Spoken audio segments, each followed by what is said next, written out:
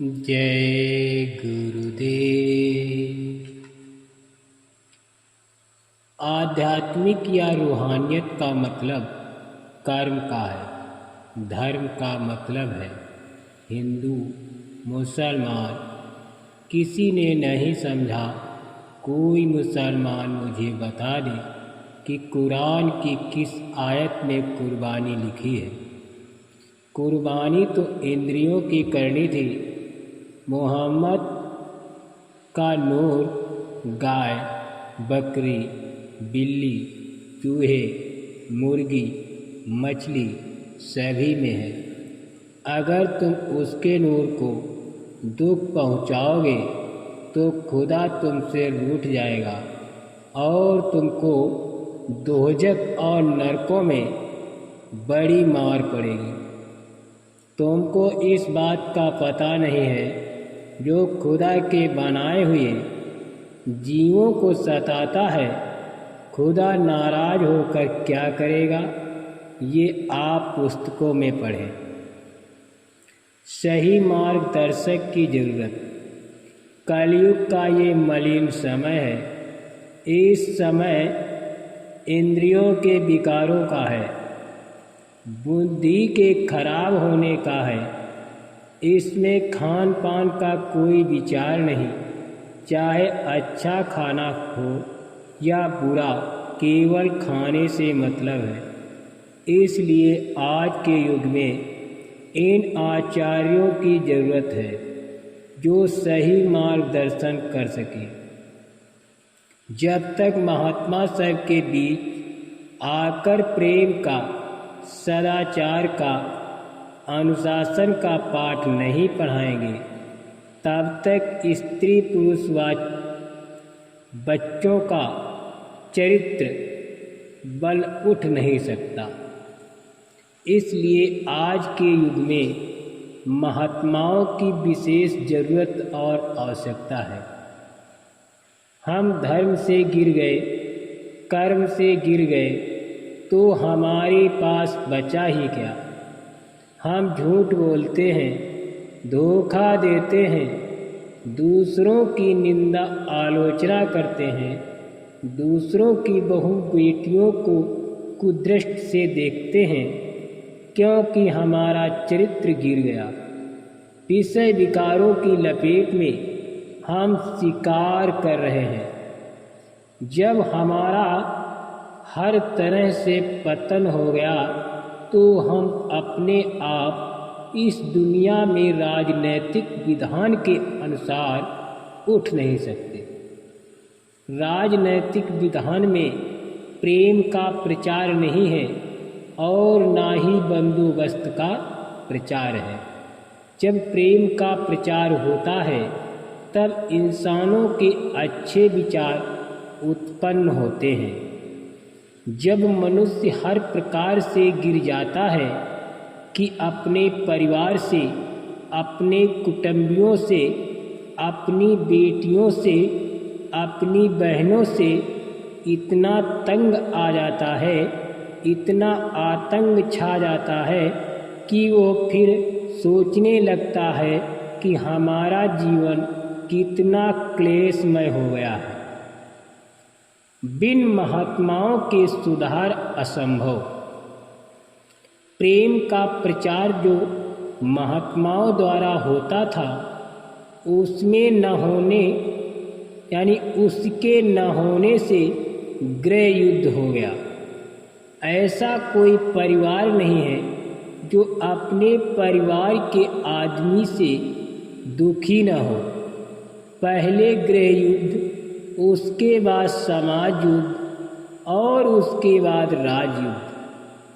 राज के नियम का उल्लंघन, समाज के नियमों का उल्लंघन और फिर देश के नियमों का उल्लंघन हो गया। इस तरह से इसका नाम हो गया गृह युद्ध। अब बगैर महात्माओं की शिक्षा के न तो परिवार सुधर सकता है, न समाज सुधर सकता है और ना ही देश सुधर सकता है। महापुरुषों की खोज करनी पड़ेगी। मनुष्य शरीर आपको बड़े भाग्य से मिला है। आपको जानना चाहिए कि ये मानव शरीर परमात्मा की प्राप्ति के लिए ही मिला है।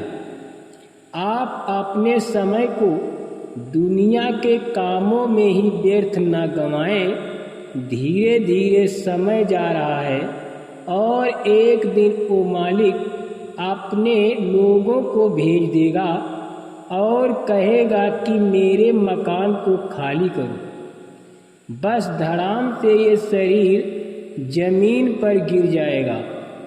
लोग इसे उठाकर जला या गाड़ देंगे। तब आपकी जीवात्मा को वो नरकों में यातनाएं देने के लिए भेज देगा। फिर उसमें से निकालकर 84 में डाल देगा। आपको सोचना चाहिए कि आपने इस शरीर को पाकर कोई भी अच्छा काम तो किया नहीं और आशा करते हो कि स्वर्ग मिल जाए, वैकुंठ मिल जाए। आपको नहीं मालूम कि आप हर पल हर समय कोई न कोई कर्म तैयार कर रहे हो। अब सोचो कि इससे छुटकारा मिलेगा। इसके लिए आपको महापुरुषों की खोज करनी पड़ेगी।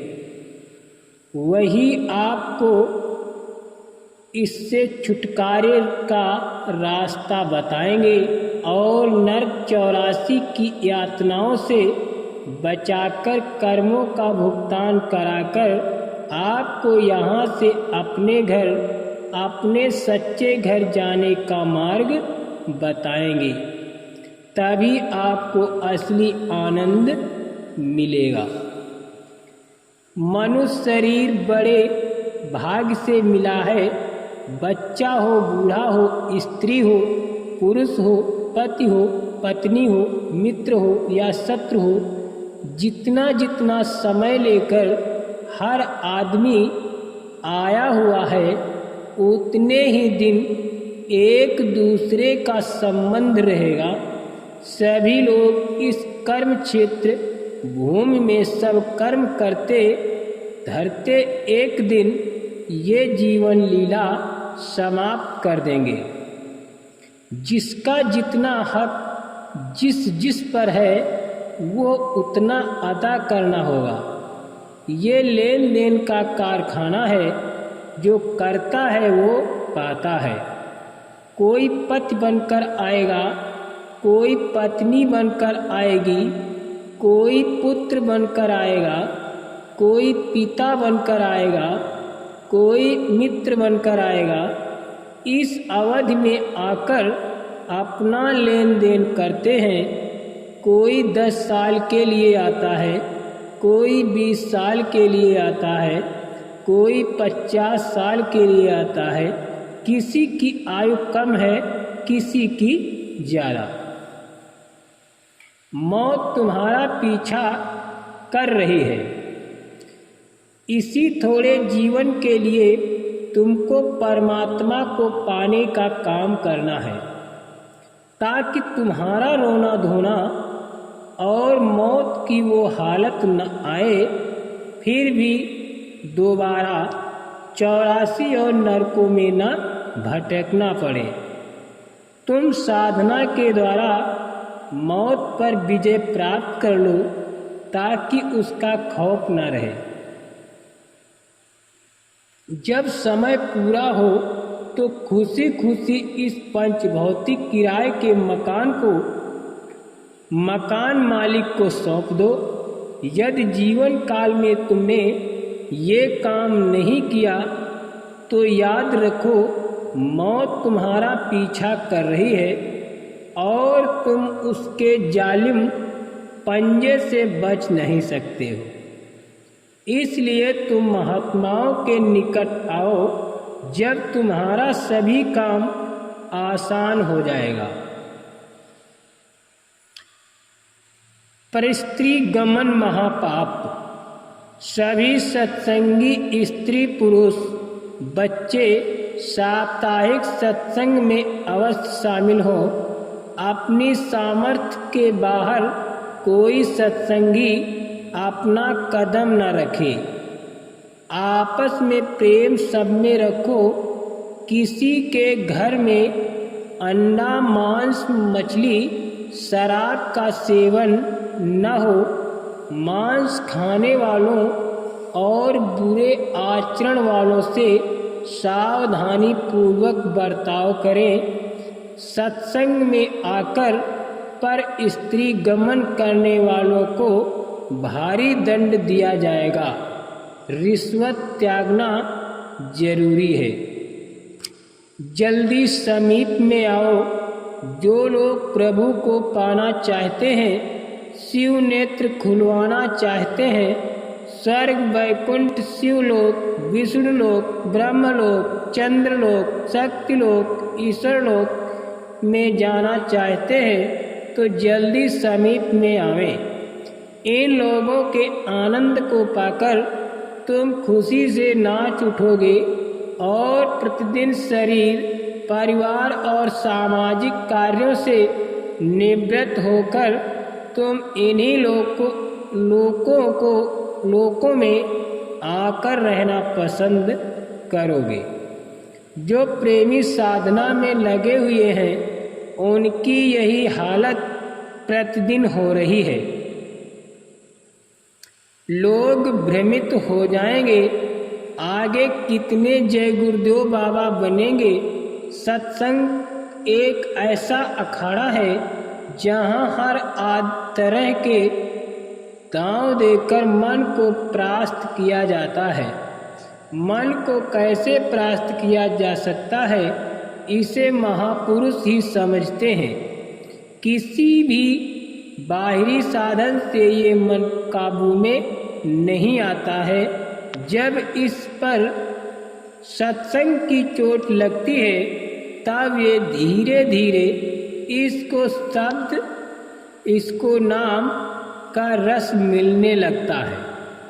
तब कहीं जाकर ये काबू में आता है।